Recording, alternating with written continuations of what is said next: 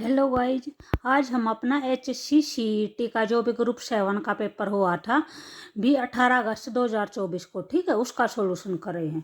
यहाँ पे जो भी हमारा क्वेश्चन नंबर फर्स्ट है, क्वेश्चन नंबर फर्स्ट में क्या है, कांडला बंदरगाह किस राज्य में स्थित है? पश्चिम बंगाल में, महाराष्ट्र में, उड़ीसा में या फिर गुजरात में? तो जो कांडला बंदरगाह वो कहाँ पे है? वो हमारी गुजरात में है, ठीक है। उसके बाद हमारा नेक्स्ट क्वेश्चन है, क्वेश्चन नंबर सेकंड है, सी में ग्राफ क्या होता है? यानी जो भी हमारे सी लैंग्वेज होती है उसमें ग्राफ वो क्या रिप्रेजेंट करता है?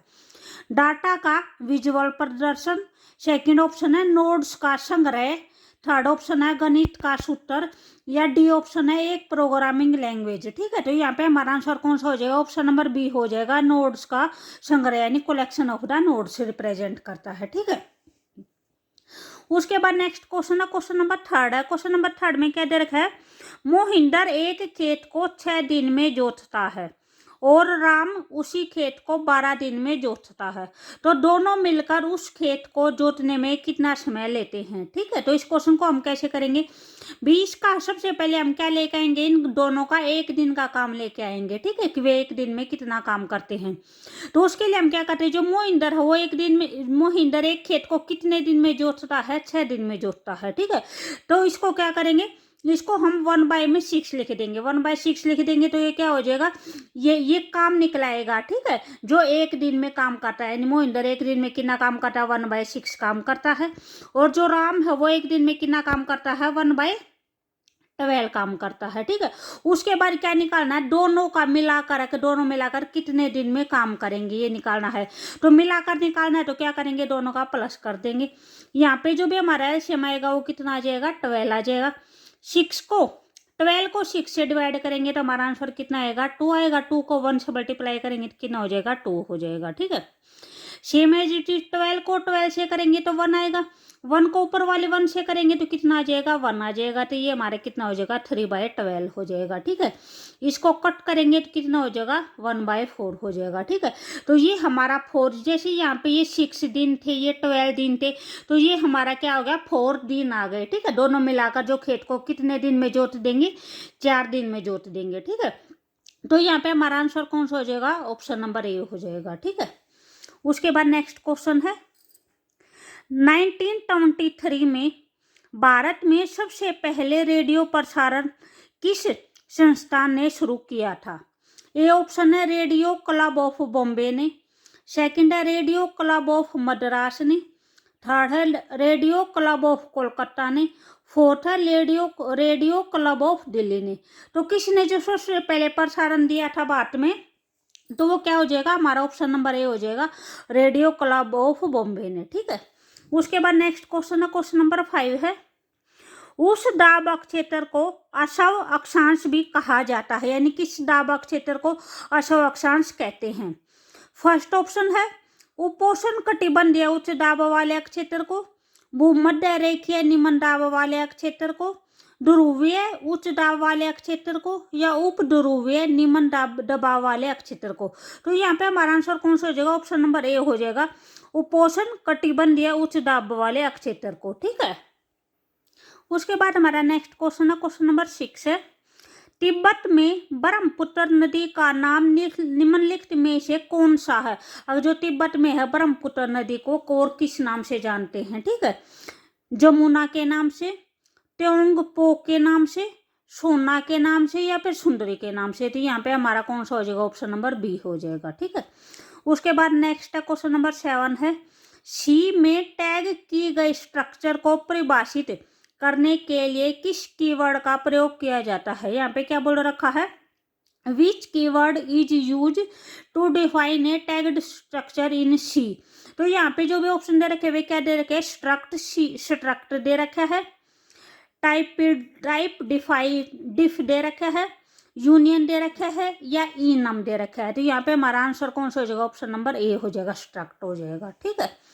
उसके बाद 8th क्वेश्चन है, हवा सिंह ने निम्नलिखित में से किस खेल में 1966 और 1970 में क्रमिक संस्करणों में एशियाई खेल में क्या जीता था? स्वर्ण पदक जीता था, ठीक है। तो कौन सा गेम था?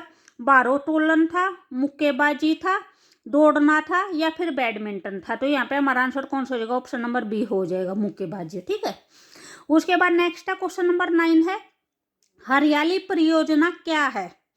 ड्रिप सिंचाई परियोजना है, वाटर शेड विकास परियोजना है, वन आवरण सुधार परियोजना है, या फिर पश्चिमी घाट संरक्षण परियोजना है। तो यहाँ पे हमारा आंसर कौन सा हो जाएगा, ऑप्शन नंबर बी हो जाएगा, वाटर शेड विकास परियोजना। ठीक है, उसके बाद हमारा 10th क्वेश्चन है, 375 मीटर लंबी एक रेलगाड़ी एक खंबे को पार करने में 30 सेकंड का समय लेती है।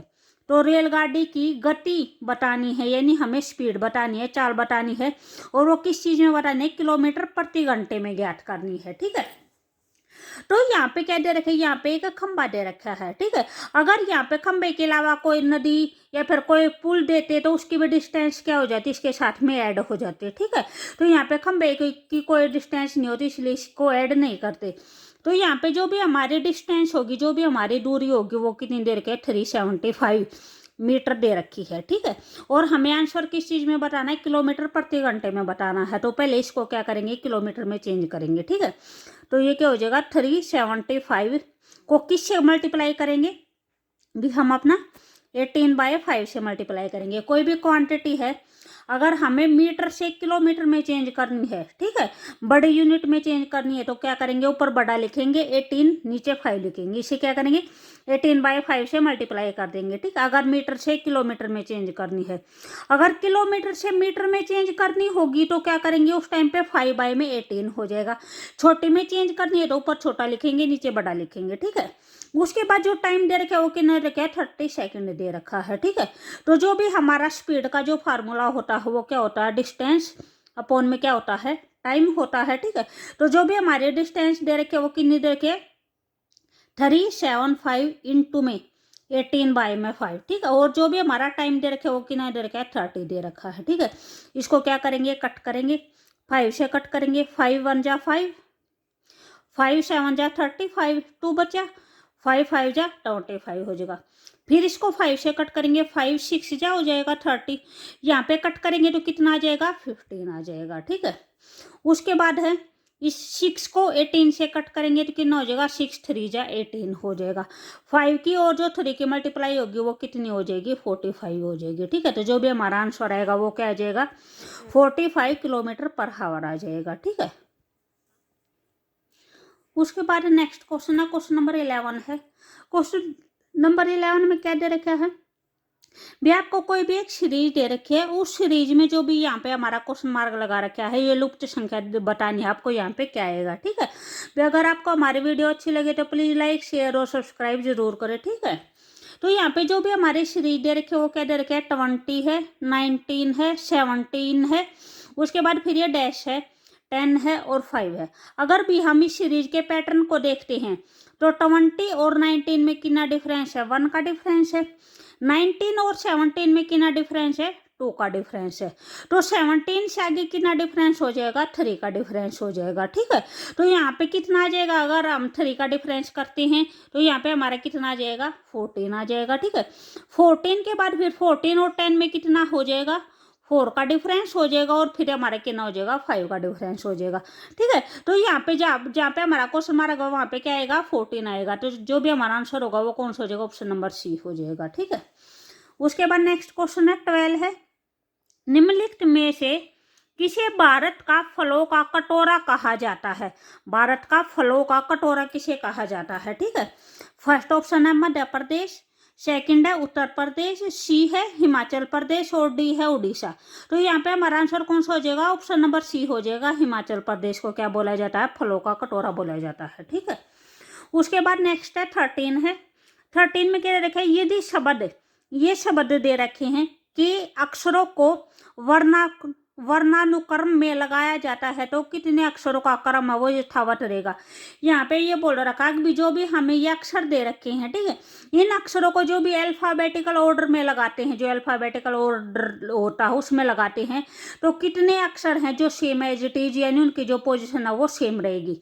जैसे यहाँ पे जो भी ये डिजिट दे रखी हैं, इसमें अगर इनको अल्फाबेटिकल ऑर्डर में लगाएंगे तो क्या होगा, जैसे पहले ए आएगा, फिर बी आएगा, फिर सी आएगा। ठीक है, तो ऐसे आएंगे। तो इसको कैसे करेंगे, यहाँ पे जैसे ये दे रखा है, जो भी हमें गिवन ये है। सबसे पहले क्या आएगा, सबसे पहले जैसे ए आएगा तो ये ए लिख दिया। ए के बाद क्या आता है, बी आता है। तो हमारे बी ये 2 दे रखे हैं तो बी को भी हम 2 बार लिखेंगे, ठीक है। उसके बाद सी नहीं दे रखा, उसके बाद क्या आएगा, डी आएगा, डी लिख दिया। उसके बाद ई आएगा, फिर एफ जी एच आई जे ये नहीं दे रखे, डायरेक्ट एम दे रखा है तो एम लिख दिया। और एम कितनी बार दे रखा है, 2 बार दे रखा है, तो एम को कितनी बार लिखेंगे, 2 बार लिखेंगे। फिर एन है, एन लिख दिया। उसके बाद ओ दे रखा है, ओ लिख दिया। आर दे रखा है तो आर लिख दिया। और फिर क्या है, टी है। तो अगर इनको देखते हैं तो जो भी, यानी सिर्फ एक टी लेटर ऐसा है जो पहले भी सी पोजीशन पे था और अरेंज करने के बाद भी सी पोजीशन पे है।